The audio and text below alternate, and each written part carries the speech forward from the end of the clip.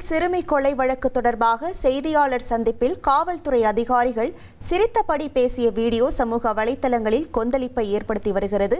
நடந்தது என்ன என்பதை பற்றி விவரிக்கிறார் சிறப்பு செய்தியாளர் ரஞ்சித். வணக்கம் நேயர்களே.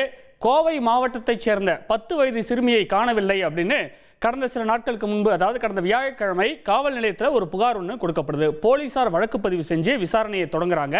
சிசிடிவி கேமரா காட்சிகளை ஆய்வு செஞ்சதில் 2 பேர் அந்த சிறுமியை இருசக்கர வாகனத்தில் அழைத்து சென்றது தெரிய வந்தது. இதுக்கிடையில் சிறுமியின் வீட்டுக்கு பக்கத்தில் இருக்கிற குளக்கரையில் அந்த சிறுமியின் சடலம் கண்டுபிடிக்கப்பட்டது. பொதுமக்கள் காவல்துறைக்கு சொல்றாங்க. சம்பவ இடத்துல மேற்கு மண்டல ஐஜி ரம்யா பாரதி, மாவட்ட காவல் கண்காணிப்பாளர் பவன்குமார் ரெட்டி இவங்களாம் ஆய்வு பண்ணாங்க. மோப்பனாயும் வரவழைக்கப்பட்டது. வழக்கமாக ஒரு குற்ற விசாரணை எப்படி நடக்குமோ அதுபோல தடயங்கள் ஏதாவது சிக்குதா அப்படின்னு காவலர்கள் பார்க்குறாங்க. சிசிடிவியில் பதிவான காட்சிகளை வைத்து பார்க்கும்போது சிறுமியை 2 பேர் கூட்டிட்டு போறாங்கன்றது தெரிய வருது. கார்த்தி மற்றும் மோகன்ராஜ் ஆகிய அந்த 2 பேரையும் பிடிச்சு போலீசார் விசாரணை நடத்துறாங்க. இதில் நாகப்பட்டினம் மாவட்டத்தைச் சேர்ந்த கார்த்தி கோவையில் தங்கி கூலி வேலை செய்து வந்தவர். சிறுமியின் பக்கத்து வீட்டுக்காரர், அங்கே பக்கத்து வீட்டில் வசிக்கிறாரு. சிறுமியோட தந்தைக்கும் இவருக்கு நன்கு பரிச்சயமானவர். கைது செய்யப்பட்ட இன்னொரு நபர் மோகன்ராஜ், இவர் கார்த்திக்கு உடந்தையாக இருந்தார்னு காவல்துறையினுடைய செய்தி குறிப்பில் சொல்லப்பட்டிருக்கின்றது. கைதான கார்த்தி கொடுத்த வாக்குமூலத்தில் சிறுமிக்கு அடிக்கடி சாக்லேட் வாங்கி கொடுப்பது வழக்கம். அப்படித்தான் 21ஆம் தேதி சாயங்காலம் 5 மணிக்கு வீட்டு முன்னாடி விளையாடிக்கிட்டு இருந்த சிறுமிக்கு சாக்லேட் வாங்கி கொடுத்து விட்டு கண்ணம்மா பாளையம் குளக்கரைக்கு அழைச்சிட்டு போய் பாலியல் வன்கொடுமை செஞ்சதாகவும், சிறுமி தொடர்ந்து சத்தம் போட்டதனால ஆத்திரத்தில் கழுத்தை நெரித்து கொன்றதாகவும் பகீர் வாக்குமூலம் கொடுத்தார். இந்த சம்பவம் தமிழகம் முழுக்க கடும் அதிர்ச்சியையும் மக்களிடையே கொந்தளிப்பையும் உண்டாக்குச்சு. புதிய அரசு பொறுப்பேற்ற பிறகு அடுத்தடுத்து குற்ற நிகழ்வுகள் செய்திகளாக வந்து கொண்டே இருப்பது மாநிலத்தின் சட்டம் ஒழுங்கை கேள்விக்குறியாகிவிட்டது அப்படின்னு எதிர்க்கட்சி தலைவர் உதயநிதி ஸ்டாலின் குற்றம் சாட்டினார்.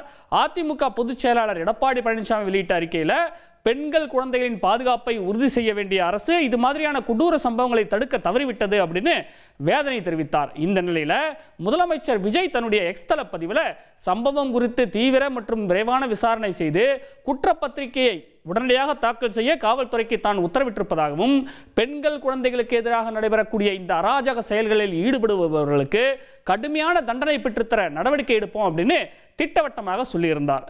இது ஒரு பக்கம் இருக்க, இப்ப இந்த வழக்கில் மேலும் பல புதிய தகவல்கள் வெளியாகி கொண்டிருக்கின்றன. அதாவது அந்த கொலை செய்யப்பட்டவருடைய தாய் என்ன சொல்லியிருக்கிறாங்க, மகளின் சடலத்தை கூட கண்ணில் காட்டாம தகனம் பண்ணிட்டாங்க அப்படின்னு ரொம்பவே ஆதங்கத்துடன் தெரிவிச்சிருக்கிறாங்க. அந்த பேட்டியை பார்க்கலாம். என் பொண்ணு இறந்து போயிடுச்சு. நேற்று போஸ்ட்மார்ட்டம் பண்ணி குழந்தைய என் கண்ணில் இன்ன வரைக்கும் காட்டவே இல்லை. நேற்றுலாம் எனக்கே தெரியாம பின்வாசல் வழியா என் குழந்தைய ஆம்புலன்ஸ்ல எடுத்துட்டு போய் நான் இங்கிருந்து போறக்குள்ள நான் இங்கிருந்து போன் பண்றேன் அவருக்கு. இடையில எங்க ஆம்புலன்ஸை காணோம், அம்மா எனக்கே தெரியாம அந்த குழந்தைய வாங்கிட்டு போயிட்டீங்களா அப்படின்னு சொன்னாங்காட்டி போனை கட் பண்ணி போனை சுவிச் ஆஃப் பண்ணி வச்சுட்டாங்க. நாங்க இங்கிருந்து அங்க போறக்குள்ள அம்மா ஒரு சம்மதமே என்னோட சம்மதமே இல்லாம என் பிள்ளைய எரிச்சிட்டாங்க. இது ஒரு பக்கம் இருக்க, காவல்துறை தலைவர் சந்தீப் ராய் ரத்தோர் நேரில் கோவைக்கே சென்று விசாரணை நடத்தினார். இதே மாதிரி இந்த சம்பவம் தொடர்பாக கோவை போலீசாரும் பிரஸ் மீட் வைத்து காவல்துறை அதிகாரிங்க விளக்கம் கொடுத்தாங்க.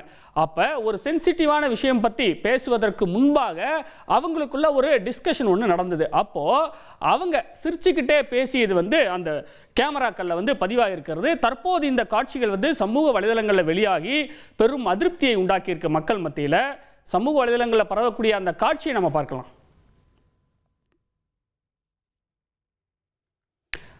We are sticking to this case, so we'll avoid that. I'm actually not the right person to speak about it. Like I said, we have this conference is necessarily for this case because we need.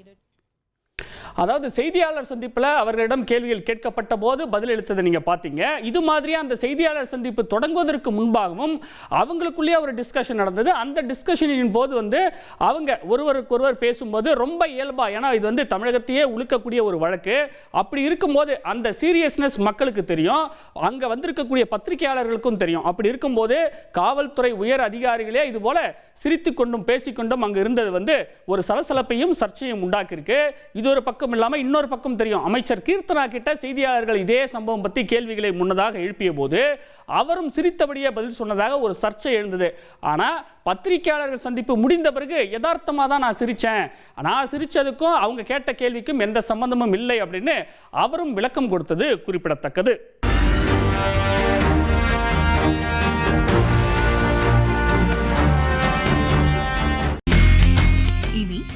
சொல்லும் இடமெல்லாம் செய்தி. தந்தி டிவியின் WhatsApp சேனலை follow பண்ணினா செல்லருக்கும் இடமெல்லாம் செய்தி. இதோ QR code இப்பவே ஸ்கேன் பண்ணுங்க, ஃபாலோ பண்ணுங்க.